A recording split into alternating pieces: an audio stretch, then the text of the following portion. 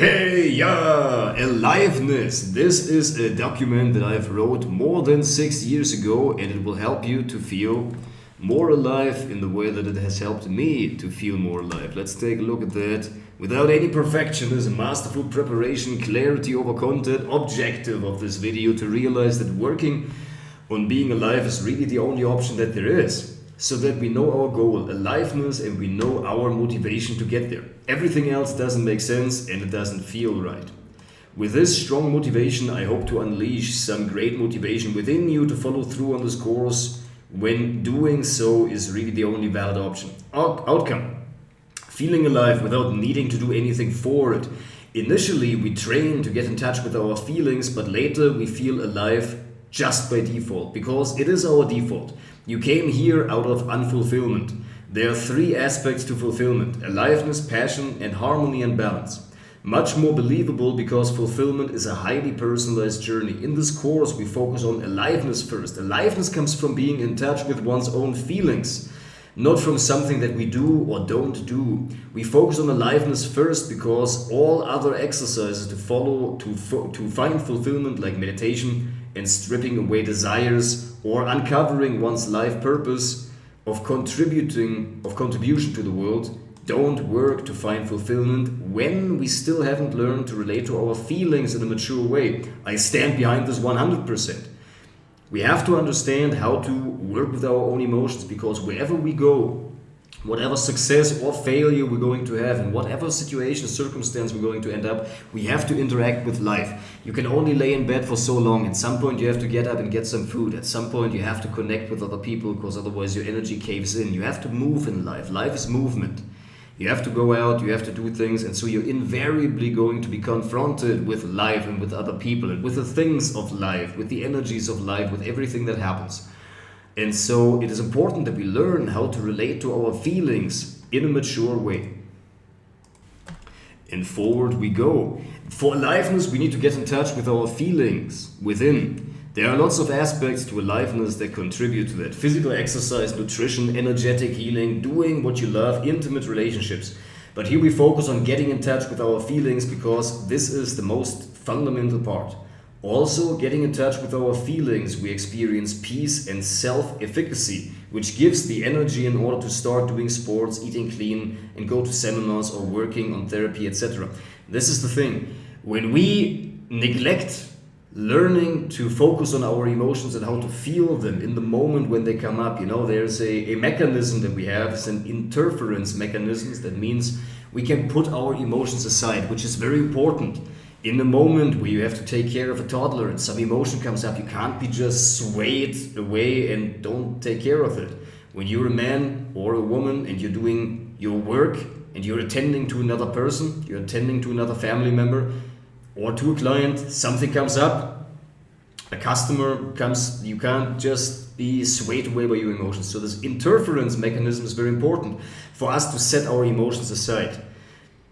But we cannot do so from a place of fear, right? This is the intent, and this interference mechanism is for the moment, to be able to momentarily say, I don't want to feel that, this has no purpose right now. It is not to be running away from emotions out of fear consistently, where you continuously throughout your life don't want to feel certain feelings. And all of us, we do that because some feelings are associated with fear, with pain from past painful experiences, etc.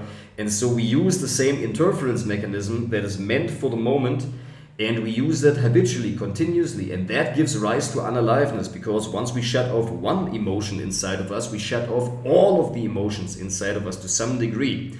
We can only be so selective with that. So it makes you feel less alive, because you feel also less of your body sensations. You feel less of your intuition. All of these are feelings. You know that, for example, when somebody is not in touch with their body and they're running away from emotions, so they escape into their head because it seems to be nice and controlled, although it's also very cold in there because you lose the feeling to the warmth of your body. Yeah, so what's the point? Explanation for unaliveness. Think about a moment when you felt alive. We think we feel alive when we do cool things or being with the person we love. It is easy to assume that this is the activity or person that made us feel alive. But it is our feelings that are triggered by this event or person that make us feel alive. That's why some people feel alive all the time, no matter how little happened or boring the day was, and others don't, no matter how intense their day was. Explanation is that we don't quite feel our feelings in those moments because there's something blocking the contact with those feelings. Aliveness can also be described as the opposite of boredom or being bored, or opposite of dullness.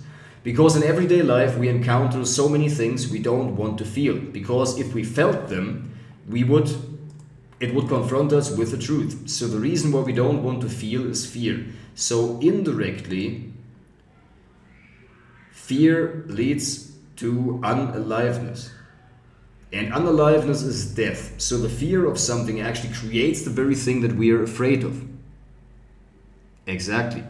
For example, every day being treated inappropriately from your perspective by a boss or a coworker, the truth would be to either do something to change the situation or to get out of there. But this, of course, would make us face the fears of losing this job, which is what we don't want to fear either. So we disconnect from those feelings, but in turn disconnect to the beauty of the interplay between nature and urban human environment, and we could see out of our office window the sheer adaptability of the natural world to thrive in such environments, the sheer urge to live no matter what, and to find a way to make that happen. Being cut off from one part of my feelings cuts me off from all other feelings as well, so we become dull. And we need more and more intense stimulation to feel anything at all, but the richness is in the moment, it's in the subtle. Somebody being in touch with feelings can have an awesome time just walking in nature because she feels so much when doing that. Somebody else would feel bored because the stimulation is just not intense enough. The learning here is the following. To not feel that comes up to be felt, to not allow every feeling that arises to be felt leads to unaliveness, dullness, and in the end, a very little fulfilling life, often depression down the road. To allow every feeling that comes up to be felt leads to aliveness and a greatly fulfilling life, because no matter what you feel is, no matter what the feeling is, good or bad, to feel it anyway, just because it is the only option to do so, feels good, because we do the right thing. To not run away and see what is there without bullshitting ourselves raises awareness and feels good. So you can feel good about feeling bad, and this aliveness is part of a greatly fulfilling life. Benefits of being alive and feeling alive. There's no fulfillment without aliveness. Aliveness is not fulfillment. But the same stuff that blocks your aliveness blocks your fulfillment as well. To run away instead of facing what is there. Even having a great life purpose that actually pulls you forward and you really feel like this is what I am meant to do. This is hard to follow through if you don't get deeply inspired and motivated, because you're cut off from the driving fuel that makes you take actions towards the dream and life purpose. The missing piece of aliveness kills thousands of dreams every second. We have to start reconnecting with our feelings and stop mass murdering dreams that serve humanity and make the world a better place. Yeah, well, with our feelings, that's enough. Raising our kids in a better way. Aliveness is a kind of reward for a good life. When we feel alive, you feel naturally good. And this good feeling doesn't depend on anything happening. And you can only respond to your kids in a loving way consistently over time in situations when you feel good. So a greater role model because you will inspire people that way. Aliveness is our nature. Everybody used to be alive as children. So we have an emotional memory, like an emotional memory of a dog that has bitten you, or open water that is scary. Emotional memories stay. Then we feel a sense of emptiness in the life right now because we are lacking this aliveness that is stored in our emotional memory. Becoming a more attractive person because you are inspirational. People see something in you that they are missing in themselves. They want to spend time with you. This also helps in sales, marketing, and product of yours, or marketing yourself in an interview. Great piece of content. Aliveness boosts your dating life when you are single, and in a relationship when you are engaged. In dating, when you do get another person to go on a date with you, when you're interesting. When do you go further on a second date? When you're interesting.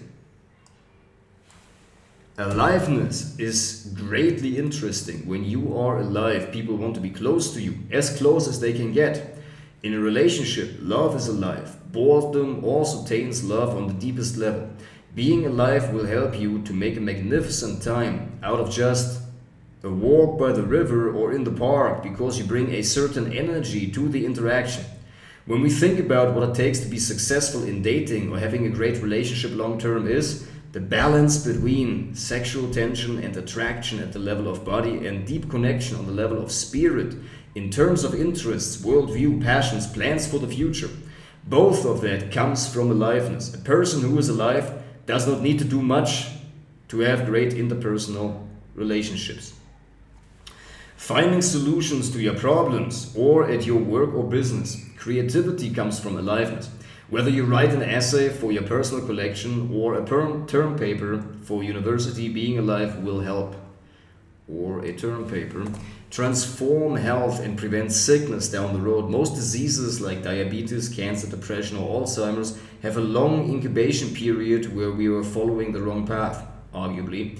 Even if there are other reasons, those diseases have connotations with an unhealthy lifestyle, arguably.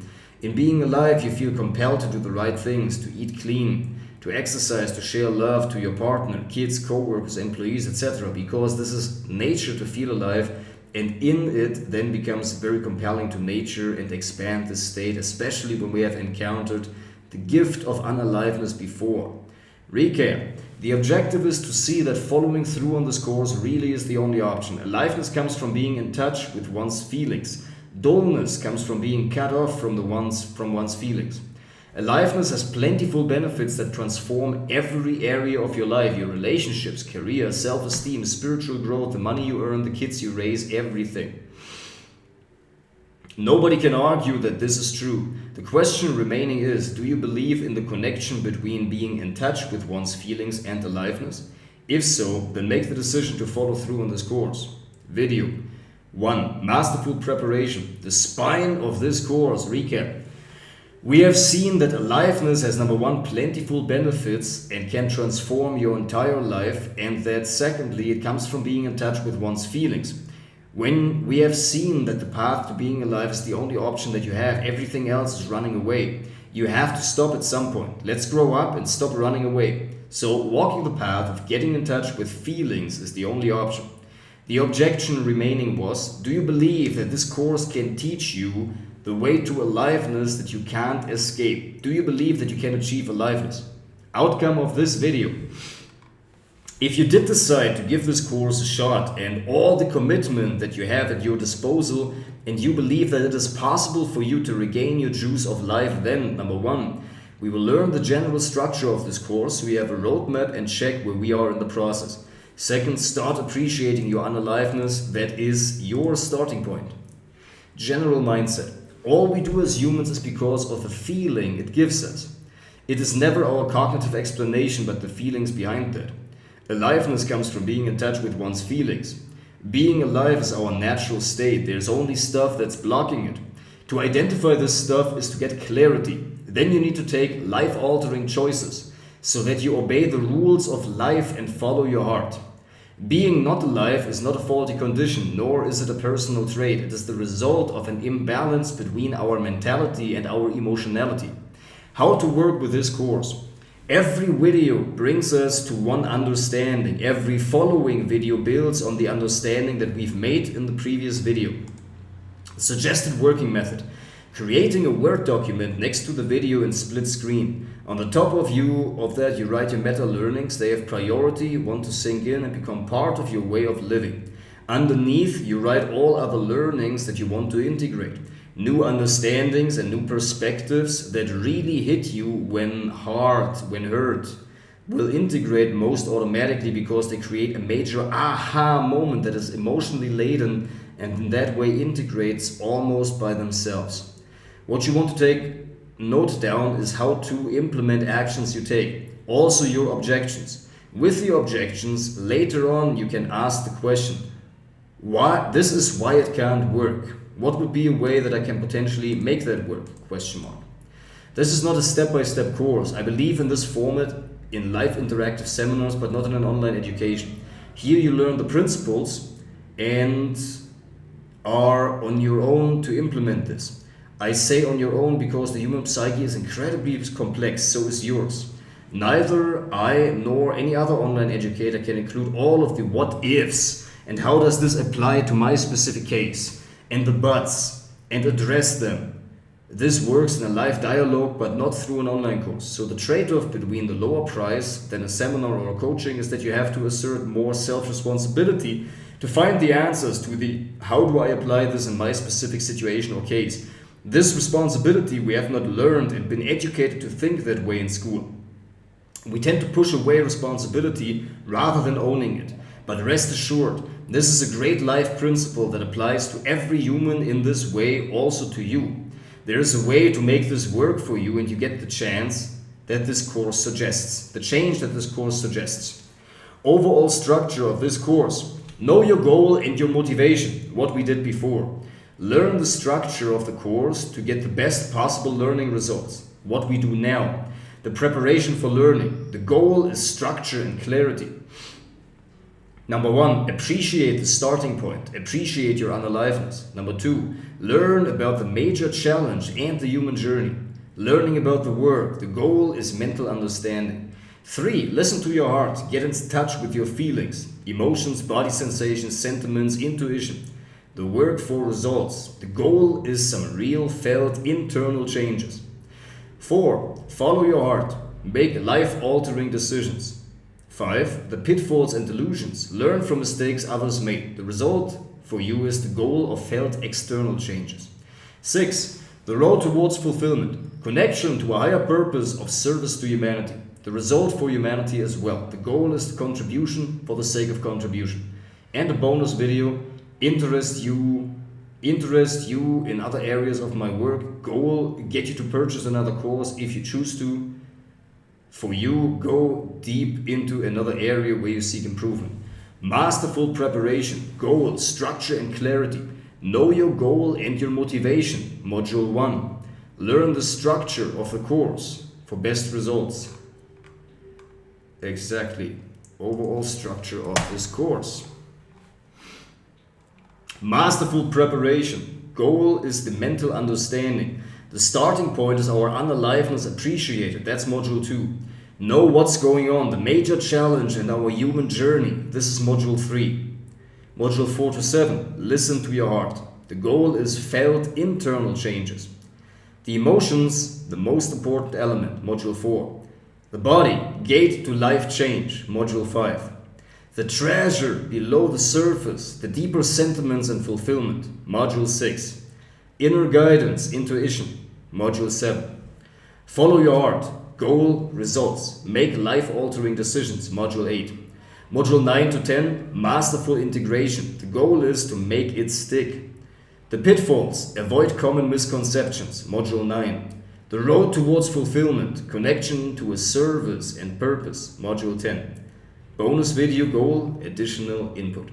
For me, interest you in other areas of my work. For you, go deeper into another area where you seek improvement. Result for humanity as well. The goal is contribution for the sake of contribution. Intro, masterful preparation, clarity over content. Video 1, masterful preparation, the spine of this course. Video 2, our greatest obstacle, a worthy opponent and valuable teacher. Video 3, the twofold path towards aliveness. Video 4, emotions in harmony, the most important element. Video 5, the body, gate to life change. Video 6, the treasure below the surface, the deeper sentiments and fulfillment. Video 7, guidance, inner guidance, intuition. Second way of the twofold path. Video 8, taking the right actions, the critical piece. Video 9, masterful integration, pitfalls and how to navigate around them. Video 10, masterful integration, aspire high, meaning and higher purpose. First, appreciate the starting point. Healthy relationship with our unfulfillment and unaliveness right now. Change happens by grace. The likelihood for change to take place is in your hands. The more you mean it and need it, the more likely it becomes. But every change starts with acceptance of what is right now.